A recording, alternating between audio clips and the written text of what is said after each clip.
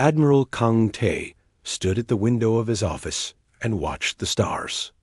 He was 63 years old. His hair had turned gray long ago, and his body was tired from decades of service. In 2 months, he would retire. He would go back to Earth, to the small house by the ocean where his wife waited. He would grow vegetables and read books and forget about space. Humanity had been among the stars for 300 years now. They had 12 colonies spread across different systems. They traded with other species. They shared their music and their medicine.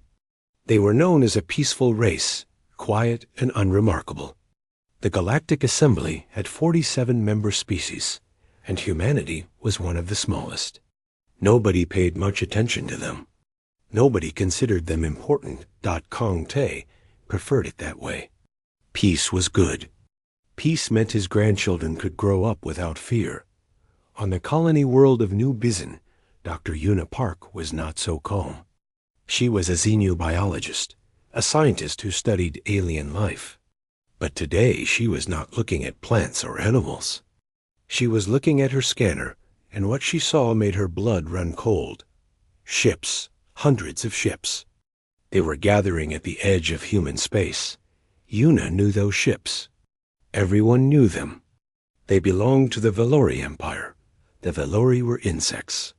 They stood on 6 legs and had hard shells the color of dried blood.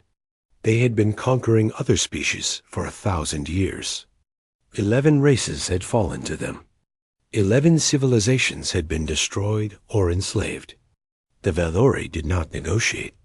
They did not show mercy. They took what they wanted, and they killed anyone who resisted.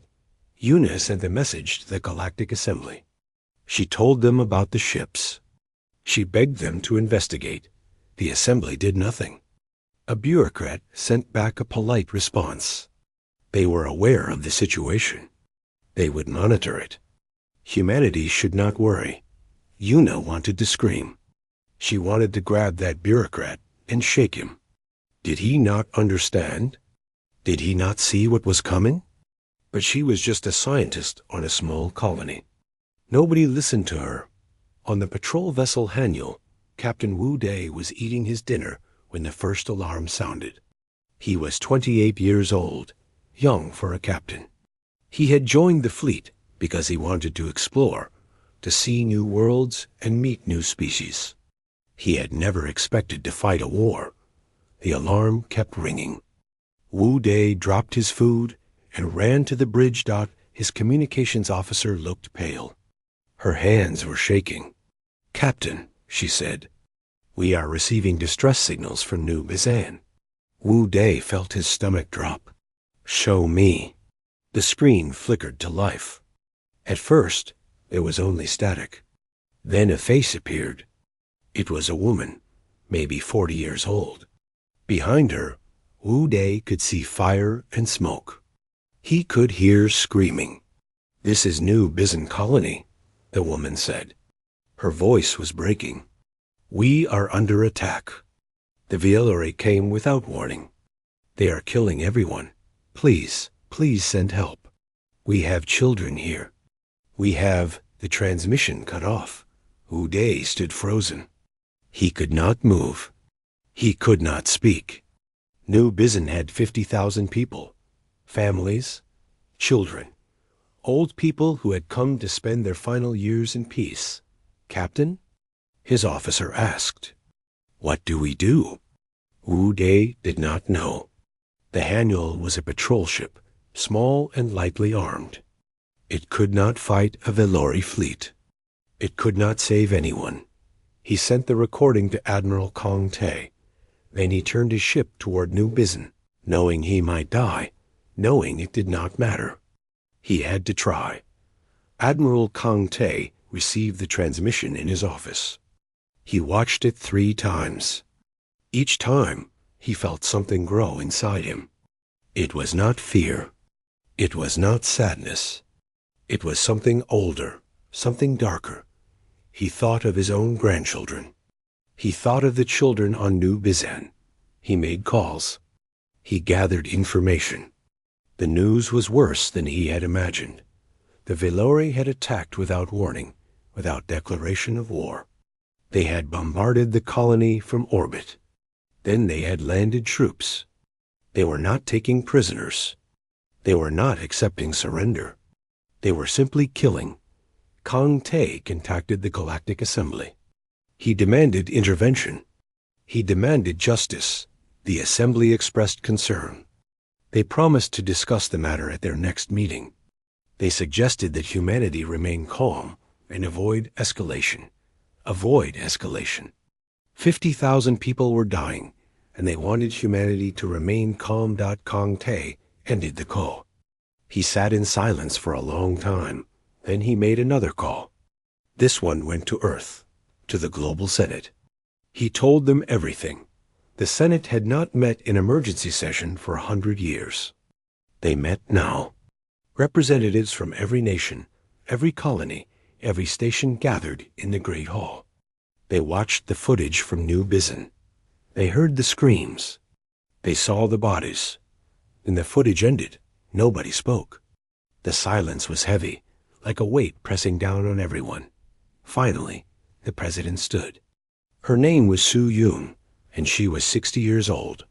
She had spent her life working for peace. She had believed that diplomacy could solve any problem. She had been wrong. The Valori have attacked our people, she said. Her voice was quiet, but it carried to every corner of the room. They have killed our children. The Galactic Assembly will not help us. We are alone. She paused. She looked at the faces around her. She saw grief. She saw anger. She saw determination. I am calling for a vote, she said. Total war against the Valori Empire. Every resource, every ship, every person who can fight. We will not stop until this is finished. The vote was unanimous. Not a single voice opposed. Not a single hand hesitated. For the first time in 300 years, humanity was going to war. Admiral Kang Te received the news on his ship. He had expected to retire. He had expected to grow vegetables and read books. Instead, he would lead the largest military operation in human history. He stood before his crew. They were scared. They were angry. They were ready. They touched our children, Kang Te said. His voice was calm, but there was steel beneath it. Now they will learn what that costs. Across human space, the message spread. Factories that made toys began making weapons. Ships that carried cargo began carrying soldiers. Scientists who studied stars began studying war. The galaxy had not noticed humanity before. They had thought humans were weak, peaceful, unimportant. They were about to learn how wrong they were. The Valori had expected New Bizen to fall in 6 hours. They had conquered 11 species. They knew how it worked. The weak surrendered. The strong died quickly. Nobody resisted for long, but the humans did not surrender. Dr. Yuna Park had been in her laboratory when the bombs fell. The ceiling collapsed around her. Fire spread through the building. She crawled out through a broken window, her leg bleeding, her lungs full of smoke. Outside, the world had become hell. Buildings were burning. Bodies lay in the streets. Valori soldiers marched through the colony, shooting anyone they found. Yuna ran. She did not know where she was going. She just ran. She found a shelter beneath an old warehouse. Inside, she discovered 30 children and 2 elderly teachers. They had hidden when the attack began. They had nowhere else to go. Yuna looked at their faces. Some were crying. Some were too scared to cry. The youngest was maybe 4 years old. He held a stuffed animal and stared at nothing. We have to move, Yuna said. The Valori will find us here. She led them through the underground tunnels that connected the colony's buildings. She found food and water. She found medical supplies for the wounded. She kept them alive for 3 days. On the 4th day, the Valori found them. Yuna heard them coming. The click of their legs on the floor. The hiss of their voices. She knew what would happen if they caught the children. She told the teachers to take the children deeper into the tunnels. She told them to run and not look back. Then she picked up a mining drill. It was heavy and clumsy, designed for cutting rock, not fighting. But it was all she had. The first Valori soldier came through the door. Yuna swung the drill. The blade caught the creature in its neck. It fell, screaming, its blood spraying across the walls. More soldiers came. Yuna fought them. She was not a warrior. She was a scientist who studied plants and animals. But she fought with everything she had. She killed 3 more before they shot her dot as she lay dying. Yuna activated her communicator. She had been recording everything since the attack began. Every death. Every scream. Every act of cruelty. Dot. She sent the recording to every human colony. She sent it to Earth. She sent it to the Galactic Assembly. Remember, she whispered. Remember what they did. Then she closed her eyes. The children escaped. The teachers led them to another group of survivors, led by a young soldier named Han Mina. Sergeant Han Mina was 24 years old. She had joined the military because her father had been a soldier and his father before him. She had never expected to fight a real war. She had trained for something that seemed impossible. Now the impossible had arrived. Mina had gathered 60 survivors in an underground bunker. They had weapons taken from fallen soldiers. They had food stolen from destroyed stores. They had the will to fight. The Valori controlled the surface. They had thousands of soldiers, tanks, aircraft. Mina had 60 people and a handful of guns. But she also had something the Valori did not understand. She had rage. Mina led raids at night. They attacked supply convoys. They destroyed communication towers. They killed Valori soldiers in their sleep. The aliens had expected to finish the conquest in days. Instead, they found themselves fight. In shadows. Supreme Hive Commander Crix could not understand it. He had conquered worlds before. He had crushed armies. But these humans would not stop. They did not behave like prey. They behaved like something else entirely. He ordered more troops. He burned more buildings. He killed more civilians. But the resistance continued. Mina lost people every day. Friends she had known for years. Strangers who had become family in the fire of war. Each death made her colder. Each death made her more determined. She recorded messages for the outside world. She showed humanity what was happening. She showed them the truth. On Earth, people watched. They saw the bodies. They saw the burning buildings. They saw Sergeant Han Mina, covered in blood and ash, still fighting. And something changed. In the Galactic Assembly. Elder Vorik of the Thelian species watched humanity with growing concern. The Thelians were observers, scholars who studied other races. They had existed for 10,000 years. They had seen empires rise and fall. Vorik had always found humans interesting. They were so emotional, so attached to each other. They formed bonds easily. They loved easily. He had considered it a weakness. Now he was not sure. He watched the footage from New Bizan. He watched humans die. He watched them fight. He watched them refuse to surrender, even when surrender was the only logical choice. They should stop, another Thelian said. They cannot win. Resistance only increases casualties. Vorik did not answer. He was thinking about something he had read in human literature. A story about a creature called a wolf. When you cornered a wolf, when you threatened its pack, it did not surrender. It attacked. It fought until it died or until its enemy was destroyed. He had thought it was just a story. Now he wondered if it was something more. The Galactic Assembly held a meeting to discuss the Valori attack. Representatives from 30 species attended. They expressed concern. They debated options. They decided to do nothing. Humanity was small. Humanity was weak. The Valori were powerful. Intervention was too risky. Ambassador Nari Lee sat in the human section. She was 50 years old, a diplomat who had spent her life building relationships with other species. She had believed in the assembly.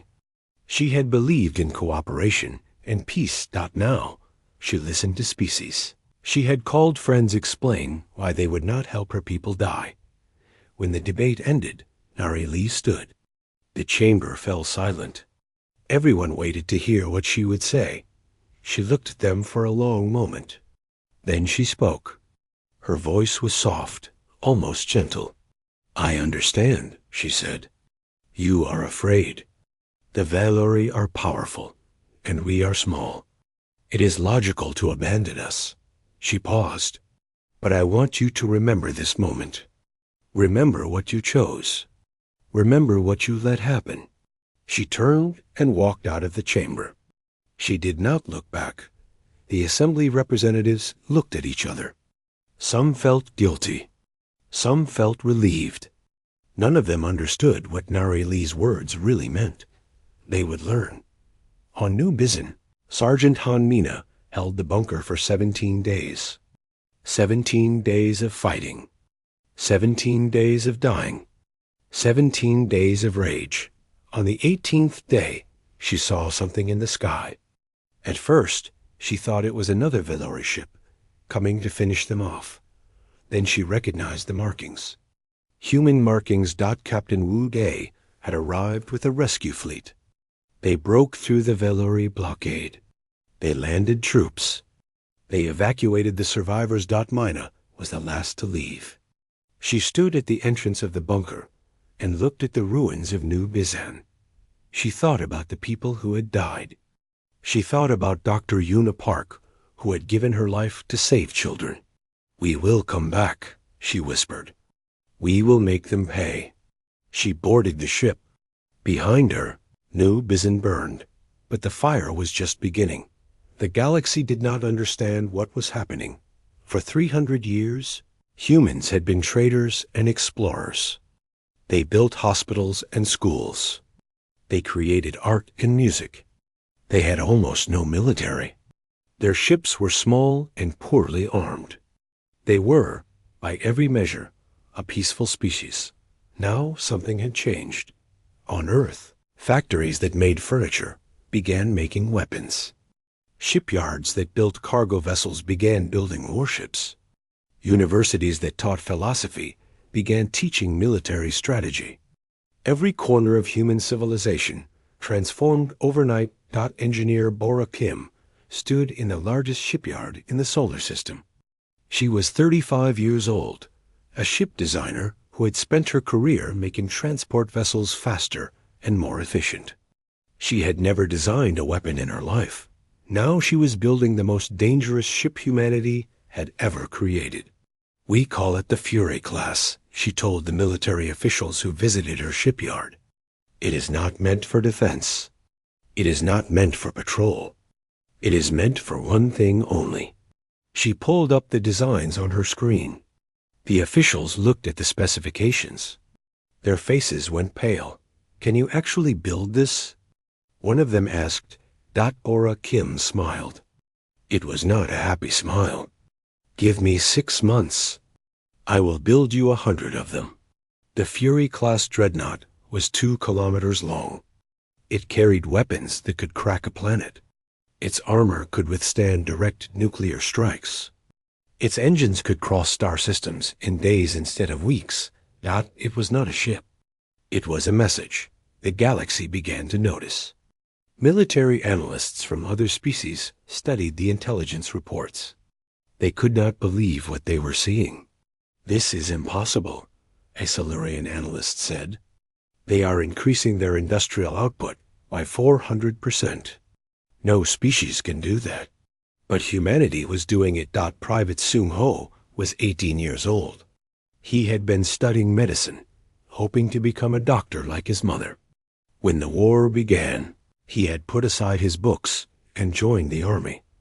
Now he stood in a training camp with 10,000 other young people. Some were younger than him. Some were older. All of them had the same look in their eyes. They trained for 16 hours a day. They learned to fight in space, in atmosphere, in zero gravity. They learned to kill quickly and efficiently. They learned to work as one unit, one organism, one weapon. Sung Ho had been gentle before the war. He had cried when his pet died. He had helped injured birds. Now he learned to put aside those feelings. He learned to be hard. He learned to be cold. It was not easy. Some nights he lay in his bunk and wondered what he was becoming.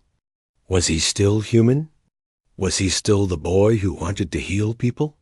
Then he thought about New Bizen. He thought about the 50,000 people who had died. He thought about the children. And the doubt went away.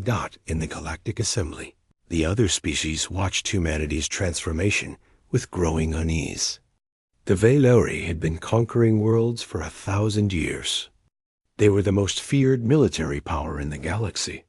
Surely this human tantrum would end soon. Supreme Hive Commander Crix certainly believed so.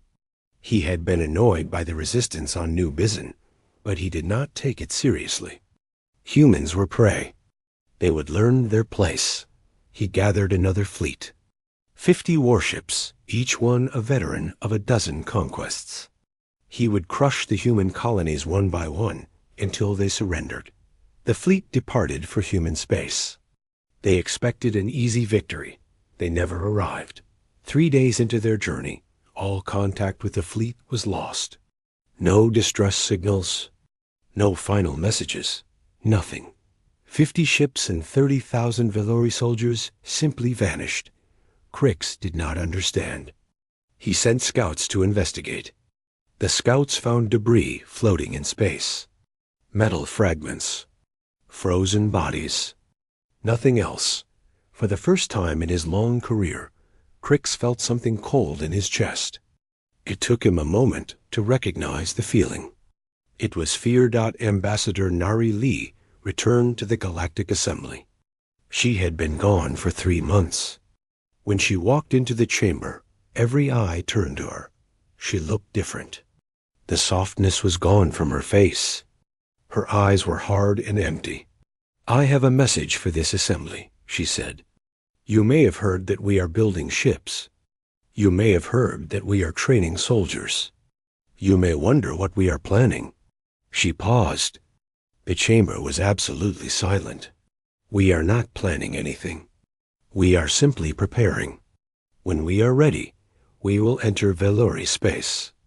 We will destroy their military. We will free every species they have enslaved. We will make sure they never threaten anyone again." A Moradi representative stood up. "Ambassador, surely you do not mean to wage total war. The casualties would be enormous. Perhaps negotiation? Negotiation?" Nari Lee's voice was soft, almost gentle. "They killed 50,000 of our people without warning. They killed children. They burned our cities. And you suggest negotiation?" She shook her head slowly. "We asked for your help. You refused. We accept that. But do not now tell us how to respond. You lost that right when you abandoned us." She looked around the chamber.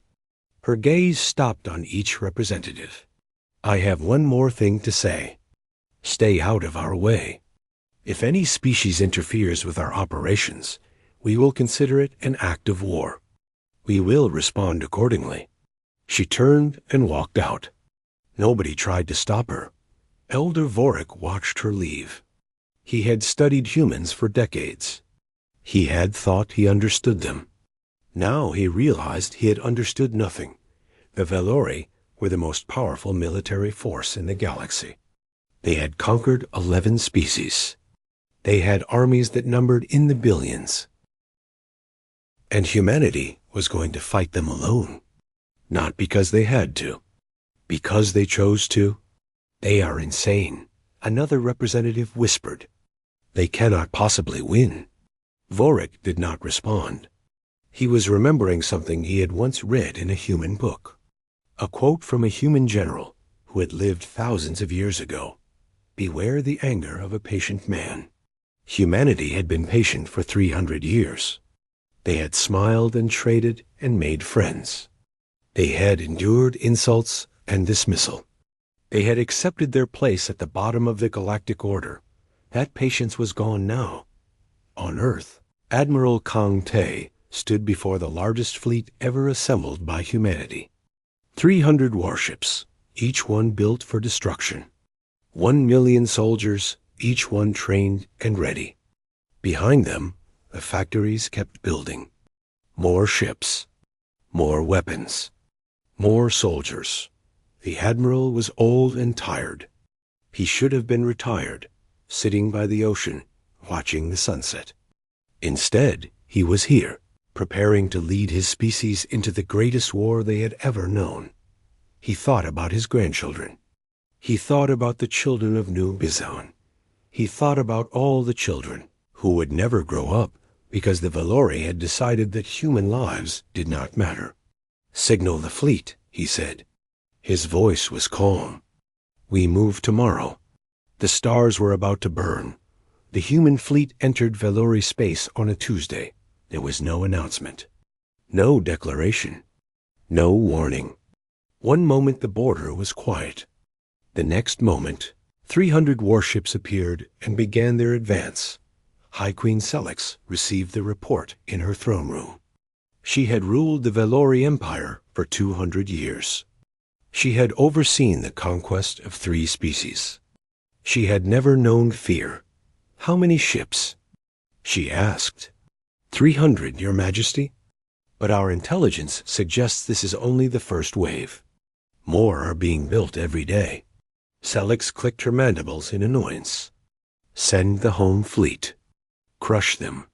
The home fleet was the pride of the Valori Empire. 500 warships, each one crewed by veterans. They had never lost a battle. They moved to intercept the human invasion. The 2 fleets met at the edge of the Valori home system. Admiral Kang Te stood on the bridge of his flagship, the Fury of Earth. He was calm. His hands did not shake. His voice did not waver. All ships, he said, engage at will. The battle lasted 4 hours. At the end, 200 Valori ships were destroyed. The rest fled in chaos. Human losses were 17 vessels.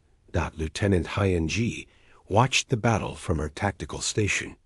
She was 26 years old. She had been a mathematics professor before the war. Now she calculated death. Her screens showed her everything. Ship movements, weapon trajectories, casualty estimates. She processed the data with cold efficiency, finding patterns, identifying weaknesses, guiding the fleet to victory. She did not smile when the Valori fled. She did not celebrate. She simply moved to the next calculation. Her brother had died on New Bizon. He had been a teacher. He had been kind, gentle, and full of hope. The Valori had killed him along with his entire class of students. Hyen-ji did not talk about her brother. She did not cry for him. She simply worked. Every Valori ship she helped destroy was a small payment on a debt that could never be repaid. The human fleet advanced deeper into Valori space. They did not stop to negotiate. They did not accept surrender. Every military installation they encountered was destroyed. Every warship was reduced to debris. High Queen Celix watched her empire crumble. She sent fleet after fleet against the humans. Each one was defeated. Each one added to the growing field of wreckage that marked humanity's path. What do they want? She demanded of her advisors. Territory? Resources? We can negotiate. We can give them what they want. Her advisors did not have answers. The humans had not made demands. They had not issued ultimatums. They simply advanced and destroyed everything in their path. In desperation, Celix contacted Admiral Kang Te directly. She appeared on his screen, her compound eyes glittering with a mixture of rage and fear. "Human," she said, "I am willing to discuss terms. Name your price. What will end this war?" Kong Tae looked at her for a long moment. His face showed nothing. "You want to know our terms?" He said finally. "Here they are. Release every species you have enslaved. Dismantle your military. Submit to judgment for your crimes." Celix's mandibles clicked in shock. "That is not negotiation. That is surrender." "Yes," Kong Tae said. "It is. We will never accept such terms. The Valeri do not surrender. We would rather die." Kong Tae nodded slowly. "I expected you to say that." He ended the transmission. The advance continued. In the Galactic Assembly, the other species watched in silence. They had expected the humans to lose. They had expected the Valori to crush this foolish rebellion and return to their usual conquests. Instead, they watched an empire fall. Elder Vorik stood before the assembly. He had spent months studying the war, analyzing every battle, every decision. "I have been asked to explain what is happening," he said. "Many of you do not understand how this is possible. The Valori have the largest military in the galaxy. They have fought wars for 1,000 years. How can humans be defeating them?" He paused. "The answer is simple. You have misunderstood humanity. You thought they were prey. You thought their peace was weakness. You were wrong." He pulled up images on the central display. Human factories working through the night. Human soldiers training without rest. Human scientists designing new weapons while their children slept. Humans do not fight for territory. They do not fight for resources or power. They fight for each other. When you threaten one human, you threaten all of them. When you hurt one of their children, you declare war on their entire species. He looked around the chamber. And they do not stop. They do not forgive.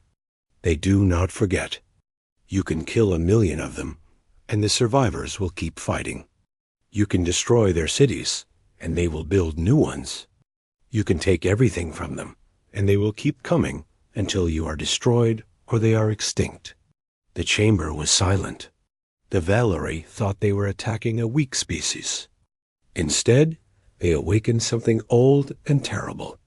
Something that was sleeping inside humanity, waiting for a reason to emerge. He shook his head. "I do not know what will happen when this war ends. But I know this. The galaxy will never be the same." Captain Wu Day led the squadron that intercepted High Queen Celix's escape ship. She had tried to flee when the human fleet reached her homeworld. She had packed her treasures and her guards and run like a coward. Wu Day remembered. New Bizen. He remembered the distress signal that had cut off mid-sentence. He remembered the woman begging for help while her world burned. "Your Majesty," he said when her ship was surrounded, "I am Captain Wu Day of the human fleet. You are under arrest for crimes against humanity." Celix's voice came through the communication channel. "You cannot do this. I am the High Queen. I am protected by galactic law." "Galactic law?" Wu Day's voice was cold. "Where was galactic law when you killed our children?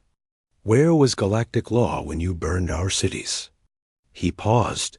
"There is no galactic law here. There is only justice." Celix was taken prisoner. She was the first Valori ruler ever captured in battle. She would not be the last. The war continued for 6 more months. Human fleets swept through Valori space, destroying military targets, freeing enslaved populations, dismantling an empire that had terrorized the galaxy for a millennium. The Valori fought back. They were fierce and desperate and proud, but they were fighting an enemy that could not be stopped. Admiral Kong Tae led from the front. He was old and tired, and his doctors told him he should rest. He refused.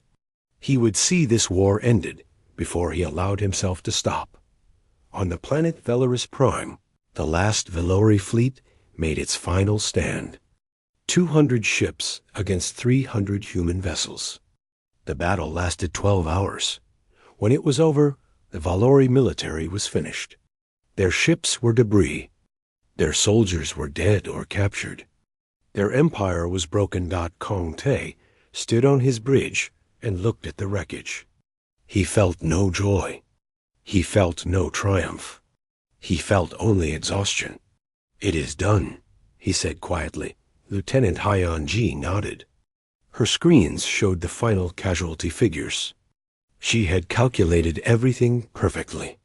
The war was won. She thought about her brother. She wondered if he would be proud of her. She wondered if he would recognize what she had become. Then she closed her screens and began planning the reconstruction. The war was over. The reckoning was just beginning. The Valori Empire was gone. For 1,000 years, they had conquered and enslaved.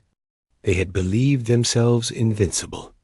Now their fleets were wreckage, their armies were prisoners, and their queen sat in a human cell waiting for judgment. The galaxy watched and tried to understand what had happened. On the planet Valoris Prime, human administrators worked alongside freed slaves to build a new government. The Valori species was not destroyed. Humanity had been clear about that from the beginning. They were not seeking genocide. They were seeking justice. The Valori military was disbanded. Their weapons were destroyed. Their leaders were put on trial for crimes against sentient beings. But ordinary Valori citizens were allowed to live, to work, to rebuild. "We could destroy them," President Soo-yoon said when advisors questioned this mercy. "We have the power. But if we do, we become what they were. We become conquerors. We become monsters." She shook her head. "That is not who we are. We fight to protect, not to dominate. We punish criminals, not entire species. The moment we forget that, we lose everything that makes us human." The 11 species that had been enslaved by the Valori were freed. Some had been in chains for centuries. They had forgotten what freedom meant. Human aid workers helped them rebuild their worlds, their cultures, their hope. Many of these species looked at humanity with complicated feelings. Gratitude, certainly, but also fear. They had seen what humans could do when angered. They had watched an empire fall in less than 2 years. "Thank you," said a leader of the Marathi, one of the freed species. "But I must ask, what will you do now? Will you take the Valori's place? Will you become the new rulers of the galaxy?" President Soo-yoon smiled. It was a tired smile, the smile of someone who had carried a heavy weight for too long. "No," she said. "We want what we have always wanted. To trade, to explore, to live in peace.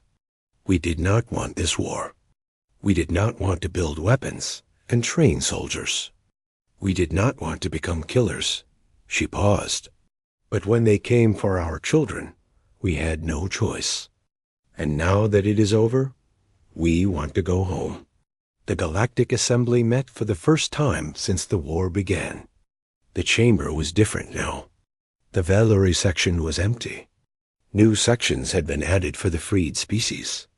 And the human section, once small and ignored, was now at the center of attention. Ambassador Nari Lee stood before the assembly. She was older now. The war had aged her. Her hair had turned gray, and her face was lined with exhaustion. "I stand before you as the representative of united humanity," she said. 2 years ago, we asked for your help. You refused. You calculated the risks and decided we were not worth saving." The chamber was silent. Many representatives could not meet her eyes. "I do not say this to shame you. I say it because the galaxy must change. For too long, we have allowed the strong to prey on the weak. For too long, we have looked away when injustice happened to species we considered unimportant." She looked around the chamber. "That ends today. Humanity proposes a new agreement, a true alliance of species committed to defending each other against aggression. An alliance where the strong protect the weak, not exploit them. A Silurian representative stood. And if we refuse, will humanity force us to join? Nari Lee shook her head. No, we will not force anyone. That is not our way. But know this, humanity remembers. We remember who helped us. We remember who abandoned us. And we will never forget. She paused. Choose carefully. The galaxy is watching. On the ruins of New Bizen, Sergeant Han Mina knelt in the dirt and planted a flower. The colony was being rebuilt. New buildings rose where old ones had burned. New families moved into new homes. Children played in new parks. Life was returning, but Mina did not forget the old New Bizen. She did not forget the friends who had died. She did not forget the children she had protected in the bunker. She was building a memorial garden, a place where people could remember, a place where the dead would never be forgotten. Do you think they would be proud? Asked a voice behind her. Mina turned. It was a young girl, maybe 7 years old. She was one of the children who had survived the attack, one of the children Dr. Una Park had died protecting. Who? Mina asked. The people who died. Do you think they would be proud of what we did? Of the war?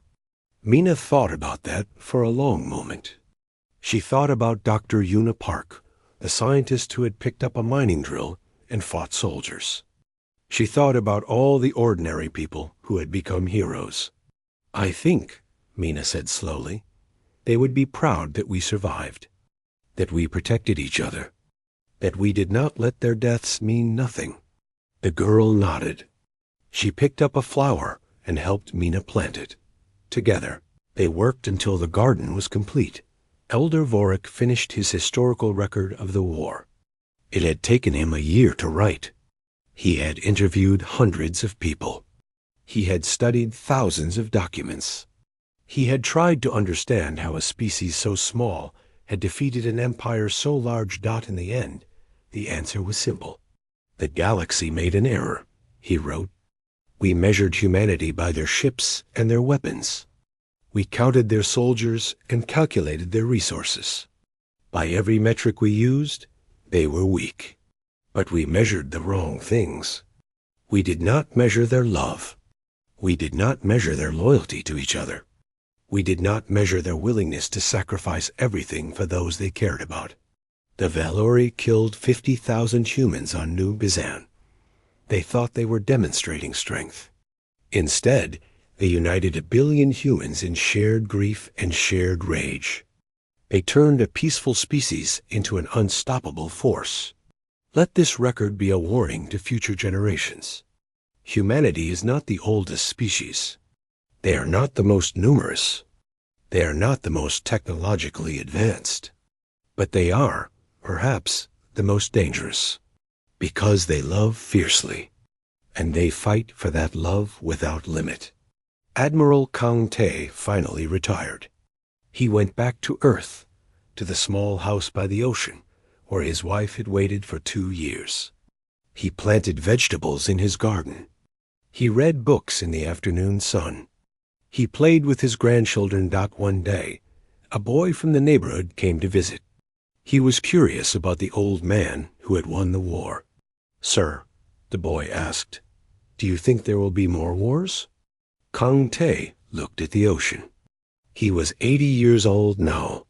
His body was weak, but his mind was still sharp. I hope not, he said. War is terrible. It costs too much. It takes things that can never be replaced. But what if someone attacks us again? What if they hurt our people? Kang Te smiled. It was a gentle smile, but there was steel beneath it. Then we will do what we have always done. We will protect each other. We will fight for those we love. And we will make sure that no one ever forgets the price of threatening humanity. The boy nodded solemnly. He did not fully understand. He was too young. But someday he would dot in the Galactic Assembly. Narayli's proposal was passed. 42 species signed the new defense agreement. They would stand together against aggression. They would protect the weak. They would remember the lesson that humanity had taught. The galaxy was changing. Slowly, carefully, it was becoming something better. And in the memorial garden on New Bizon, flowers bloomed in the ruins. Children played among them, laughing and shouting and full of life. The dead were not forgotten, but the living carried on. The stars still burned. The galaxy still turned. And humanity returned to what they had always been, traders and explorers, artists and healers, dreamers and builders. But everyone remembered now. Everyone knew what waited beneath the surface. Everyone understood the truth that the Valori had learned too late. Do not harm what humanity loves, because they will make you pay. Forever.